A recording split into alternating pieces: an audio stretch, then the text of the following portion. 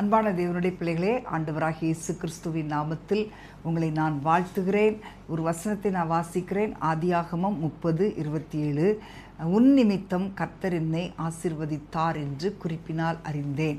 இதை நம்ம பார்க்கும்போது லாபான் யாக்கோபை பார்த்து சொல்லுகிறான். யாக்கோபு லாபானிடத்தில் வந்தது நிமித்தமாய் கர்த்தர் அவனை ஆசீர்வதித்தார். அவனுடைய ஆசீர்வாதம் பெருகினது. இப்போது நம்முடைய வாழ்க்கையில் கூட நம்ம ஆண்டவருடைய வித்தாக இருக்கிறபடினால் நம்ம எங்கே போனாலும் நிமித்தமாக அநேகர் ஆசீர்வதிக்கப்படுவார்கள். இந்த தெரிந்து கொள்ளப்பட்ட தேவனுடைய வித்தாக நாம் இருக்கும்போது நம்மை கொண்டு அநேகரை ஆண்டவர் ஆசீர்வதிப்பார். அன்பான தேவனுடைய பிள்ளைகளே, நமக்காக நம்முடைய ஆண்டவர் இரத்தம் சிந்தி நமக்காக கல்வாரி சிலுவையிலே தன்னுடைய ஜீவனை கொடுத்து நமக்கு ரட்சிப்பை சம்பாதித்து வைத்தாரே, அந்த தேவனை நாம் நோக்கி பார்க்கும் போதெல்லாம் ஆண்டவர் நம்முடைய பாவங்களை மன்னித்து நமக்கு ரட்சிப்பை கொடுக்கிறார். அந்த ஆசீர்வாதம் நமக்குள்ளே இருக்கிறபடினால் நம்ம எங்கே போனாலும் எந்த இடத்துக்கு போனாலும் நம்மை தேடி யார் வந்தாலும் நம் நிமித்தமாக ஆண்டவர் அவர்களை ஆசீர்வதிப்பார். யோசேப்பை கூட நம்ம பார்க்கும்போது யோசேப்பின் நிமித்தமாக அந்த போத்திபார் தன்னுடைய வீட்டை கர்த்தர் ஆசீர்வதிக்கிறார் என்பதை அறிந்து கொண்டார். யோசேப்போடு கர்த்தர் இருக்கிறார் என்பதை அறிந்து கொண்டதினால் தன்னுடைய வீட்டுக்கு முழுமையும் அதிகாரியாய் மாற்றினான். அன்பான தேவனுடைய பிள்ளைகளை, உங்களை பார்க்கிறவர்கள் அப்படி சொல்லணும். உங்களை பார்க்கும்போது நீங்கள் கர்த்தரால் ஆசீர்வதிக்கப்பட்டிருக்கிறீர்கள், உங்கள் நிமித்தம் நாங்கள் ஆசீர்வதிக்கப்படுகிறோம் என்று சொல்லி அப்படிப்பட்ட ஒரு சாட்சி நம்மை குறித்து உண்டாக வேண்டும். நாம் மற்றவர்களை விட வித்தியாசமானவர்களாக இருக்க வேண்டும். நாம் ஜீவனுள்ள தேவனை ஆராதிக்கிறவர்கள் என்பதை மற்றவர்கள் அறிந்து கொள்ள வேண்டும். ஸோ நாம் செய்வது எல்லாவற்றையும் நம்முடைய ஆண்டவர் நமக்கு வாய்க்க பண்ணுவார்.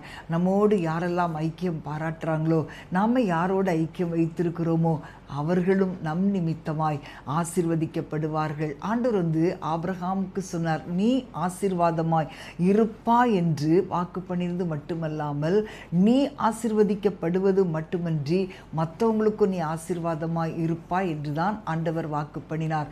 அந்த ஆசீர்வாதம் நமக்கும் நிச்சயமாக உண்டு. நம்ம மட்டும் ஆசீர்வதிக்கப்படுறது இல்லை, நம்மளை எந்த இடத்துல கர்த்தர் வைத்திருக்கிறாரோ, எந்த வேலை ஸ்தலத்திலே கர்த்தர் நம்மை வைத்திருக்கிறாரோ, அல்லது எந்த குடும்பத்திலே நம்மை வைத்திருக்கிறாரோ அந்த இடத்துக்கு எல்லாமே கர்த்தர் நம்மை ஆசீர்வாதமாய் மாற்றுவார். நம்முடைய ஆசீர்வாதங்கள் மற்றவர்களுக்கும் கடந்து செல்லும். நம்முடைய முகத்தை பார்க்கும் போதே ஒரு பிரகாசத்தை பார்ப்பார்கள்.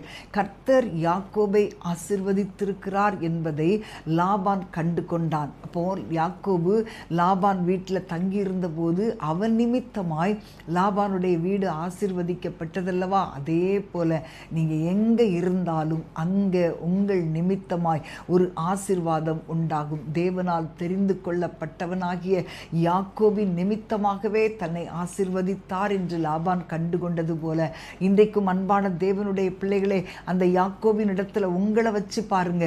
நீங்க எங்க இருக்கிறீங்க, எந்த இடத்துல வேலை பார்க்குறீங்க, எந்த குடும்பத்தில் இருக்கிறீங்க, அந்த இடத்துக்கு கர்த்தர் உங்களை ஆசீர்வாதமாய் வைப்பார். ஏதோ ஒரு நிறுவனத்தில் நீங்க பணிபுரிந்தால் கூட அந்த நிறுவனம் உங்களால் ஆசீர்வதிக்கப்பட்டிருக்கும்.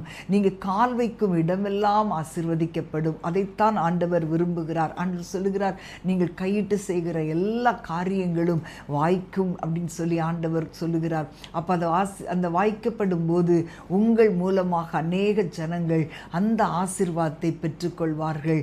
நீங்கள் தேவனுடைய ராஜ்யத்திற்கு சொந்தமானவர்கள், நீங்கள் தேவனால் தெரிந்து கொள்ளப்பட்டவர்கள். ஆகவே உங்கள் நிமித்தமாய் யோசேப்பை எப்படி ஆசீர்வதித்து அநேகருக்கு ஆசீர்வாதமாய் மாற்றினாரோ அதே போல நீங்கள் யோசிச்சு பாருங்களேன். யோசேப்புடைய வாழ்க்கையில் போத்திபாருடைய அரண்மனையில் அவன் ஆசீர்வாதமாக இருந்தான்.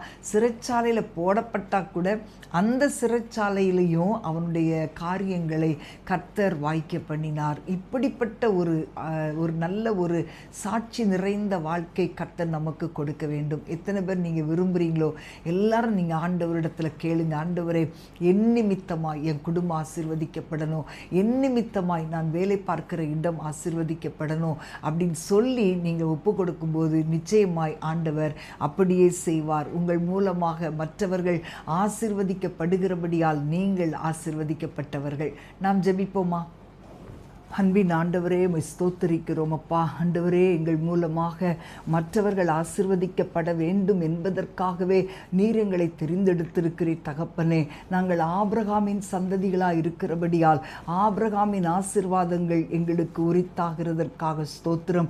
யாக்கோபை நீர் எப்படி ஆசீர்வதித்தீரோ அதே போல ஆண்டவரே, எங்கள் நிமித்தமாய் நாங்கள் இருக்கிற குடும்பம் ஆசீர்வதிக்கப்படட்டும். எங்கள் நிமித்தமாய் நாங்கள் வேலை பார்க்கிற இடம் ஆசீர்வதிக்கப்படட்டும்.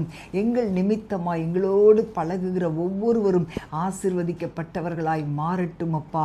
நாங்கள் விசுவாசிக்கிறோம். அப்படியே நீ செய்கிறதற்காக உமக்கு ஸ்தோத்திரம். இயேசுவின் நாமத்தில் பிதாவே, ஆமேன், ஆமேன். பிரியமானவர்களே, நீங்கள் ஆசீர்வாதமான வித்து, நீங்கள் தேவனால் தெரிந்து கொள்ளப்பட்ட சந்ததி. ஆகவே கர்த்தர் உங்கள் நிமித்தம் உங்களோடு கூட இருக்கிற ஒவ்வொருவரையும் ஆசீர்வதிப்பார். ஹல்லேலூயா.